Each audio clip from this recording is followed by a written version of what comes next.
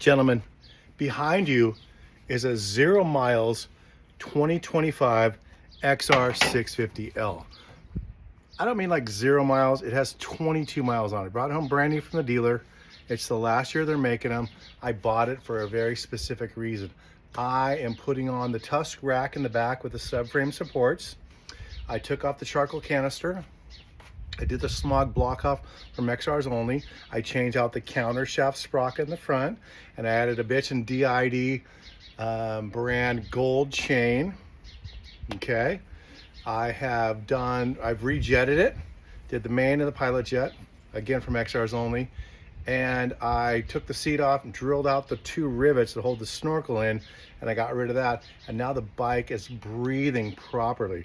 Coming next week is a Clark tank, 4.7 gallons, and a FMF slip-on to complete the build. However, it's too hot right now. I'm seriously gonna tell you, it's too hot right now for me to do any more work because it's 110 degrees out here. I'm in La Quinta, California, and before all you go, dude, when I was in Iraq and I was in Afghanistan, it was 120 degrees, and that was 25 years ago.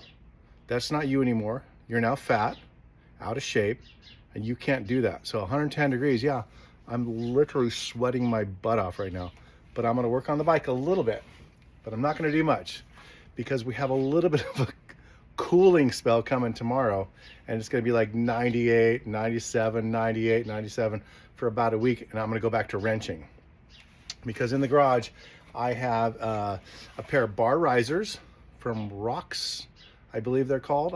I'll put a link down below if I know how to even do that.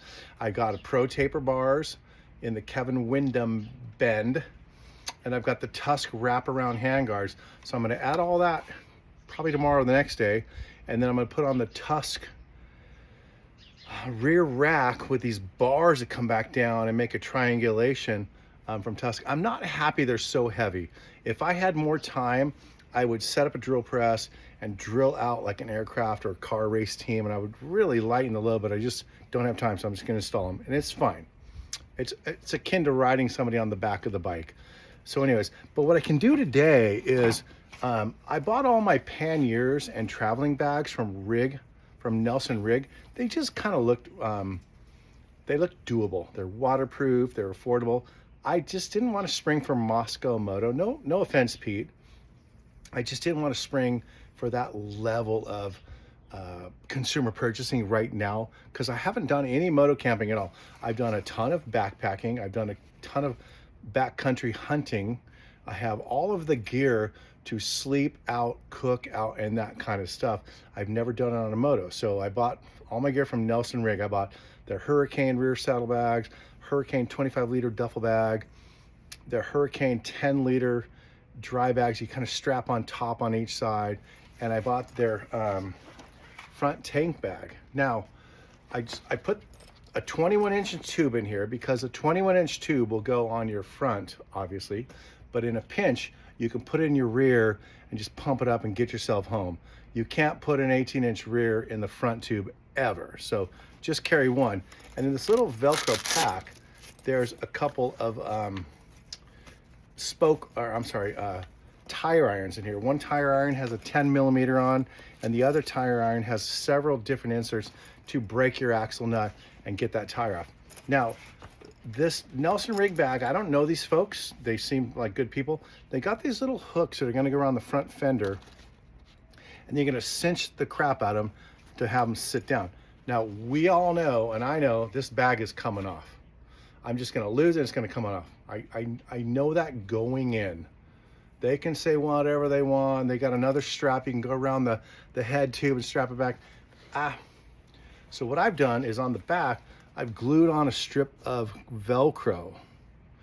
So my first point of contact is seeing this bag on my fender and just like, and it's gonna be Velcroed on. From there, I can attach these hooks on each side and cinch the bejesus out of it.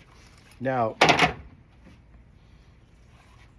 they're gonna say, oh, you don't need to do that. I'm like, bro, that bag, the way I ride, I've been throwing a leg over a dirt bike for 55 years now, and I'm not riding around like I'm grandma. I'm motoing. Even on this Xr650L, we're gonna moto. That's why I bought the bike. Okay, so even when I'm camping, I'm on a mission to get there. And then I'm on a mission the next day to get there. And I'm just like, it's just part of it. I'm looking for a place to put my wheel everywhere I go. So I know that bag's coming off, straight up.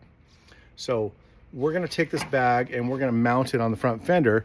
And what I've done already is I've gone ahead and put the Velcro strip. So that thing goes on, my bag cinches onto that, and then I get the clips going back and forth and cinching it down. So that's what's happening over here on the 628 bike. Have some really good content coming up because I'm so grateful and blessed as a contractor, carpenter, journeyman carpenter, master carpenter, all that stuff.